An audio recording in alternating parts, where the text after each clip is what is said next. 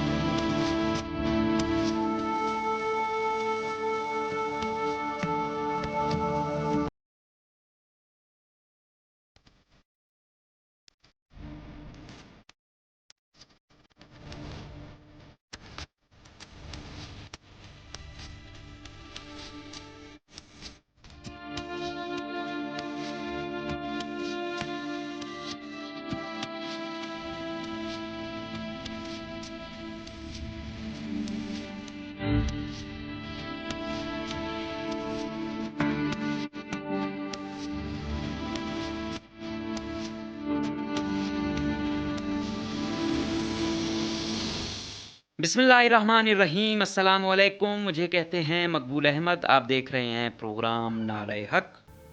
ہم نے ایک سیریز شروع کی ہوئی ہے جس میں ہم انسرجنسی کو سمجھ رہے ہیں، ہم انسرجنٹس کو سمجھ رہے ہیں کہ وہ کام کیسے کرتے ہیں، کوئی انسرجنٹ بنتا کیسے ہے، ریاست سے لوگ متنفر کیسے ہوتے ہیں اور پھر وہ کارروائیاں کیسے کرتے ہیں، ان کی موومنٹ کیسے ہوتی ہے۔ تو پھر اس میں پہلے بھی ہم نے کہا کہ جب ان کو کوئی راستہ نہیں دکھ رہا ہوتا، کہ ہر طرف سے مایوس ہوتے ہیں، تو وہ اس سائڈ پہ چلے جاتے ہیں۔ تو اس میں ذہن سازی بھی ہوتی ہے، اس میں ان کے ذاتی تجربات بھی ہوتے ہیں، اس میں سوسائٹل پریشر بھی ہوتا ہے، وہ جو پچھلے ہماری سیریز ہیں اس میں آپ دیکھ سکتے ہیں۔ آج ہم اس کا ایک اور سیگمنٹ شروع کرتے ہیں کہ وہ جو ان کا سامان ہوتا ہے، گولہ بارود ہوتا ہے، وہ کہاں چھپاتے ہیں، کیسے چھپاتے ہیں، کیسے ایک علاقے سے دوسرے علاقے میں شفٹ کرتے ہیں۔ وہ کہتے ہیں جو بھی مطلب ہوتا ہے